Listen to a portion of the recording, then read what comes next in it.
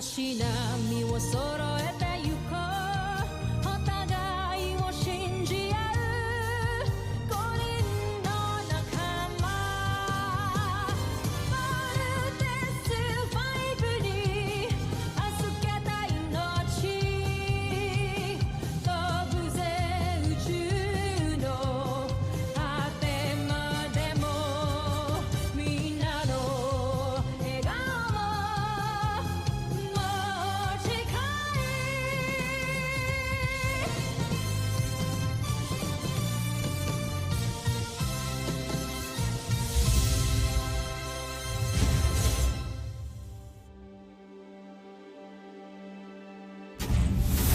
Nakaraan sa Voltes 5 Legacy. The Voltes 5 team is no match to this alien beast fighter. Help Voltes 5 help defend her. My country will send jet fighters. We will send ours too. We will be there for Voltes 5. Mukhang buong mundo naman ngayon ang nagliligtas sa atin. Pupuksain kayong lahat ng aking beast fighter hanggang sa walang matirang bayan sa Pero John, tanggalin mo to, please. Steve, pakawalan mo kami. Ito lang kayo. Kulang babalik sa laban. Di mo ko pinakawalan, uupuan ko si Octo-1. Sige na nga! Isa-sacrifice mo rin yung sarili mo katulad ng ginawa ni Mama. Egbert, wala tayong choice. Kailangan meron mag-sacrifice at ayoko mapahama kayong lahat. Hindi ako papayag na magsasacrifice kang mag-isa. I don't want to lose you kasi mahal kita, Steve! Stop wasting your time arguing. May isa pa tayong bala. Team, this is Ultra Marcon, an auxiliary ultra electromagnetic generator designed by Dr. Armstrong. Tingnan mo, Joffre, naayos na nila muli ang mga makina ni Voltes 5. Zul, huwag mong papatakasin ng Voltes 5. Siguraduhin mo bago matapos ang araw na ito. Mawawasak mo silang lahat. Masusunod, Prinsipe. Ito na. Evasive maneuver! Deploy Ultra Marcon now. Let's vote in! Ultra Marcon, fire!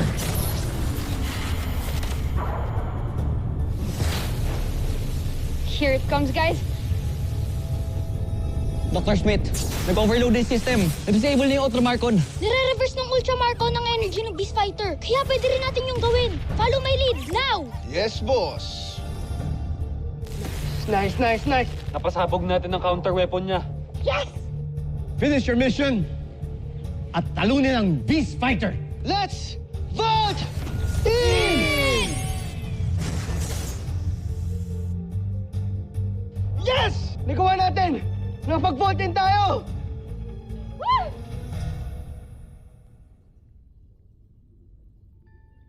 Ano nangyari? Bakit nabuo ang Voltes 5? Zul! Magpaliwanag ka! Hindi ko alam, Prinsipe. Nagtataka rin ako. Hindi ko alam kung bakit. Labanan mo si Voltes 5. Masusunod.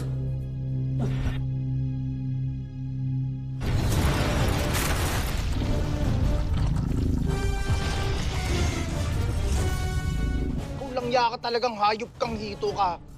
Pinahirapan mo kami. Wala ka. Gagawin kitang catfish salad.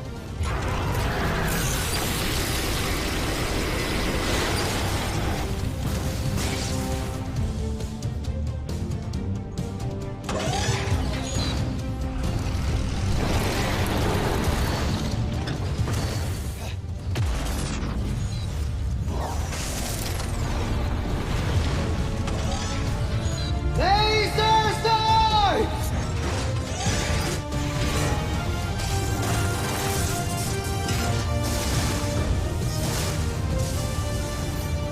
Siya! Ah!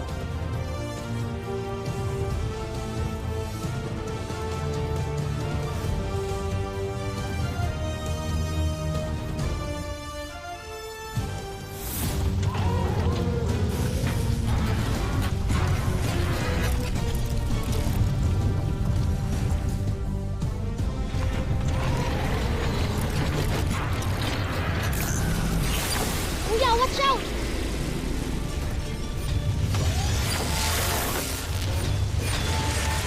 Ano? Hihirit ka pa, ha? Nako missiles!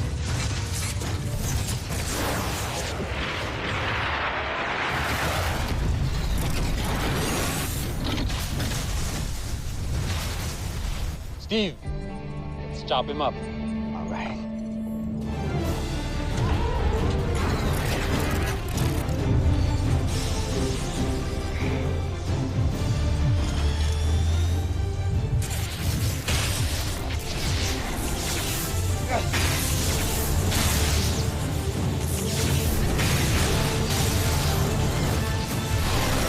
Lumasuka!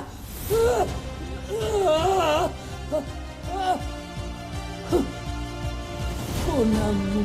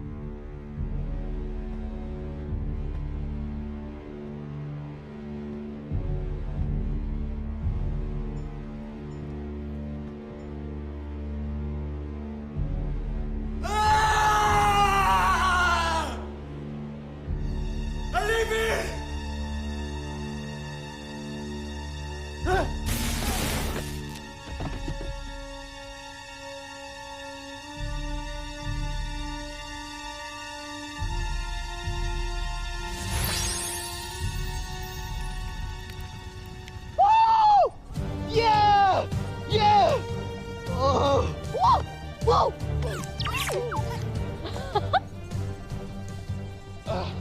Yes! Wow! Yes! Yes! Woohoo! Dok, natalo natin yung Beast Fighter! Team, great job! Ano? Team, dinner's on me! Ulam, inihaw na hito. Game ako dyan, Big Bird! Sabi mo yan, Big Bird, ha? Alright, team. Alam niyo nang gagawin. Let's bust her home!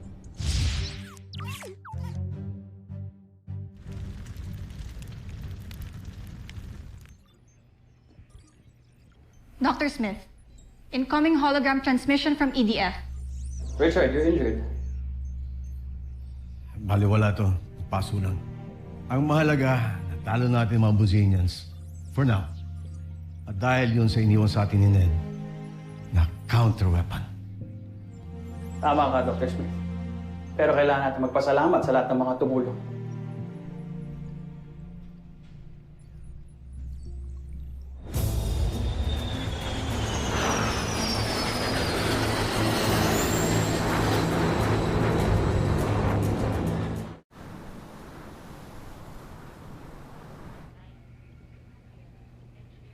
Grabe, sobrang miss na miss ko na yung kama ko. Good night, Kuya.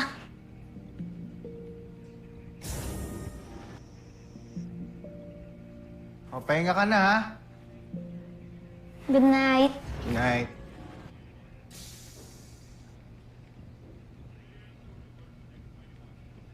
Oh, okay, so good night, guys.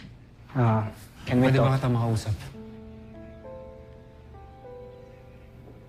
Sige. Kaya na lang muna ni Mark mag-usap. Next time na ako. Teka, Steve. Ako na lang aalis. Saka na tayo mag-usap. Good night.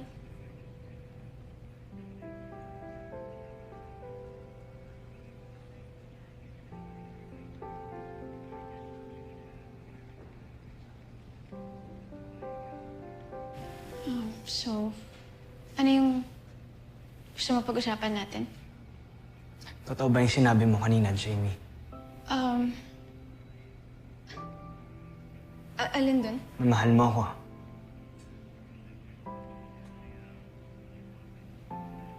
Steve? Jamie, hindi natin pwedeng entertain yung mga ganyang pakiramdam. Nakita mo naman kanina, di ba? Ang gulo pa ng mundo. Hindi nila tayo tinitigilan. Jamie, hindi mo ako pwedeng mahalin. Kalimutan mo yung nararamdaman mo sa akin for your own sake and everybody else's.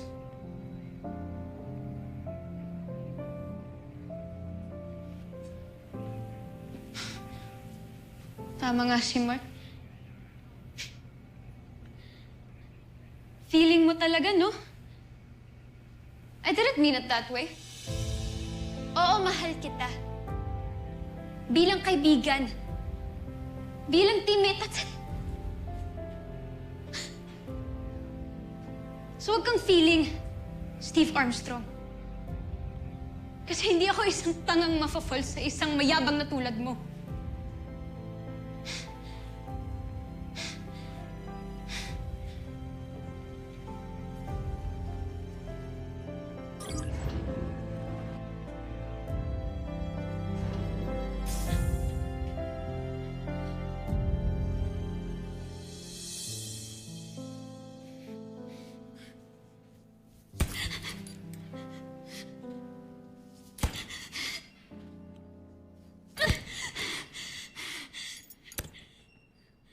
I hate you, Steve Armstrong. Bakit hindi ka napansin? Nandyan ka lang pala sa aking tabi. Ba't hindi naisip na baka ikaw na ang para sa akin? Kala kaibigan lang, pero parang nahulog na rin. Paano ba sinta? Ikaw sana ang nauna, sana'y sa'yo at... Patawarin niyo ako, Prinsipe Santos. Buong akala ko ay mananalo na tayo. Ginawa ko ang lahat. Alam ko, Su. Huwag kang mabahala. Hindi mo ito kasalanan. Napaghandaan tayo ng mga taga-Terra Erdo. At naisahan nila tayo. Jonfer, meron ako naiisip na iba pang plano. Hindi na kailangan.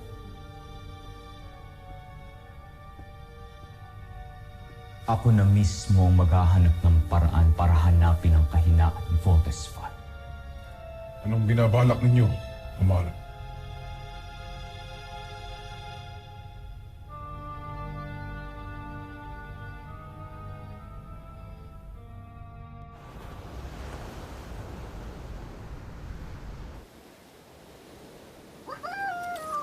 Ang galing mo, Octomon! Mas mabilis ka pa sa akin! Alam, may tao!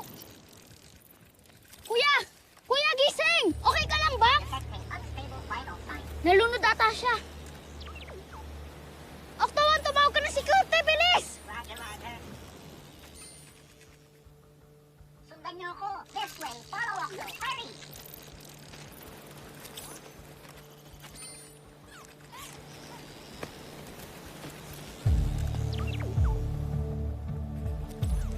Wow, stranger. Sino kaya siya, Little John? Dok, ano pong nangyari sa kanya? He's breathing, but unresponsive. Let's check for secondary drowning. Oo nga po, Dok. Parang nalunod po siya. Parang inanod lang po siya eh. Kailangan natin itong i-report kay Dr. Smith. Definitely. Little John, pwede mo na muna siyang iwan. Okay lang po. Magbabantay na lang po ko dito hanggang maging okay siya. Nakakaawa po kasi. Doc, magre-report po muna ako kay Dr. Smith. Go ahead.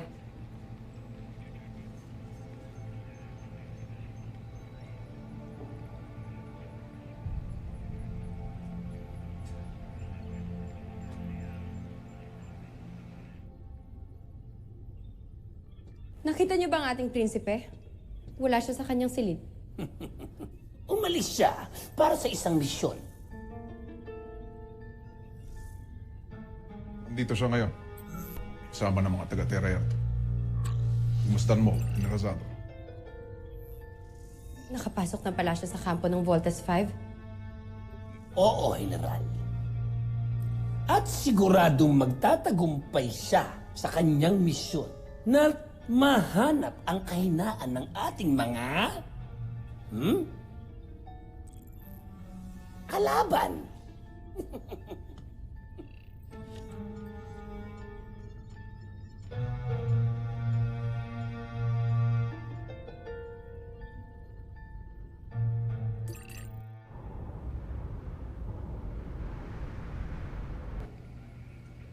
Kuya, bakit may security dito? Eh, sabi kasi ni Dr. Smith, baka pagising niya, hostile guest siya. Mukhang bait niya nga eh. Eh, alam mo naman si Dr. Smith, sigurista. Sige na.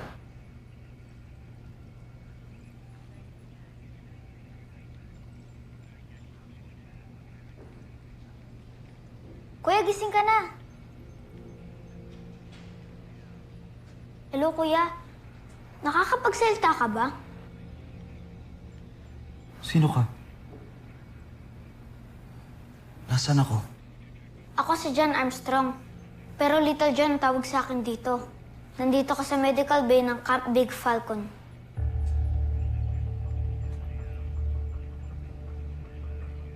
Camp Big Falcon? Hindi mo alam ang Camp Big Falcon? Eh, lagi itong nasa news.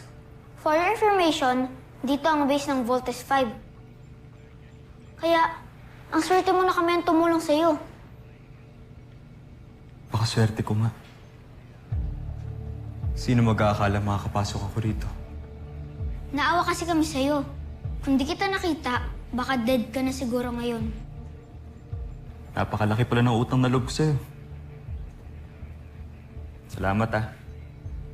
Maraming salamat. You're welcome po. And nice to meet you.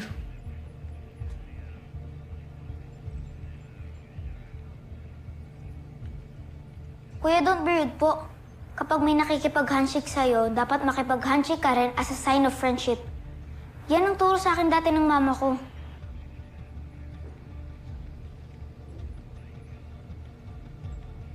Little John!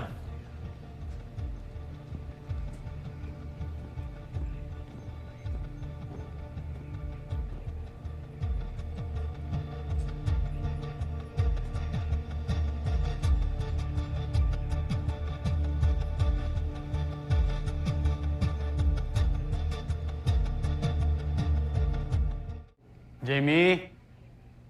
Mark? Enter. Ano, nakita niyo na ba siya? Pupuntahan ko pa lang eh. Ha? Nakita ang ano? Ano ibig mo sabihin? May tinulungan kasing lalaki si Little John. Dinala niya dito sa loob ng camp. Nandun ngayon, nasa medical bay. Eh, check ko lang kasi sana. Baka kasi kalaban na naman yun. Kasama ba kayo? Sige, halika. Halika.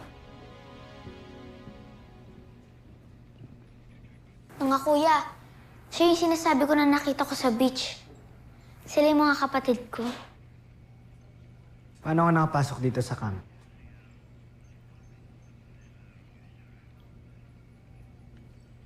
Namamasyal ako sa dagat. Gamit ko yung bangka ng isang kaibigan ko.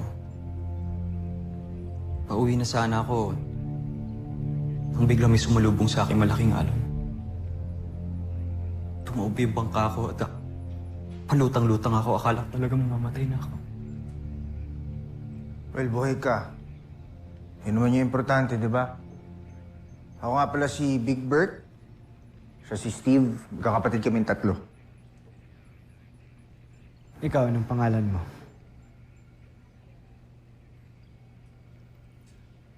Ako si Manuel. Manuel Nabus. Ikinagagalak kong makilala ko kayo. Ikinagagalak din kitang makilala.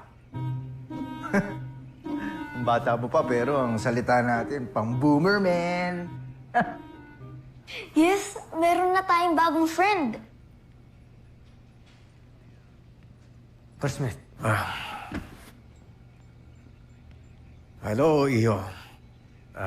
Ako si Dr. Smith. I am the chief of this camp. Sige, saan ka ba? At paano ka napadpad dito? Sagot ko na ang tanong na yan. Pasensya na. Kailangan mong ulitin para malaman namin kung saan ka talaga galing.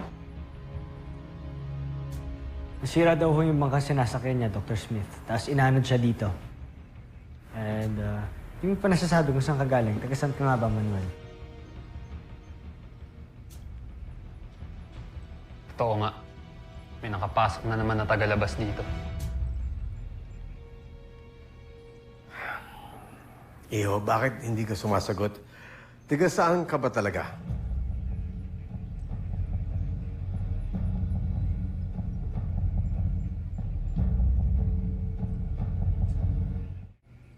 Iba Zambales. Taga ron ako. Malapit nga yun dito. O sige. Meron na kaming gagawin na protocol na ginagawa namin sa lahat ng mga tigalabas. Anong gagawin niyo sa akin? Huwag kang maglala, hindi ka masasaktan. Gusto lang namin makasigurado dahil minsan ay pinasok na kami dito ng mga kalaban, mga aliens o tinatawag natin Bosenians. Gusto lang namin makasigurado na tao ka talaga. Proceed, Doctor. All right, let's do the bioscan. This won't take long.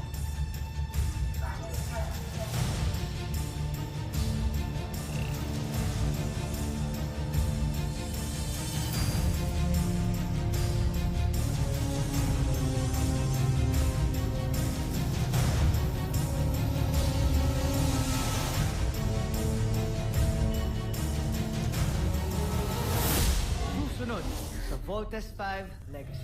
Hanggat nakikita niyo yung pulang tuldok na yan, ibig sabihin, ligtas ang ating prinsipe. At hindi nila malalaman ang kanyang sikreto.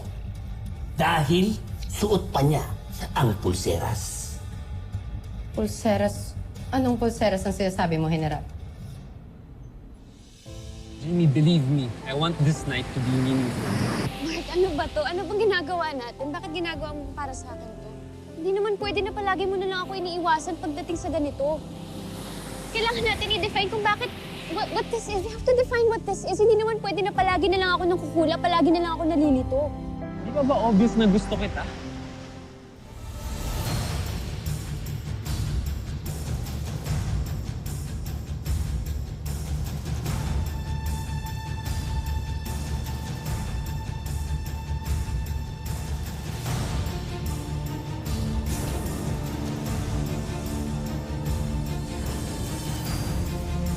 Manuel? Anong ginagawa mo dito?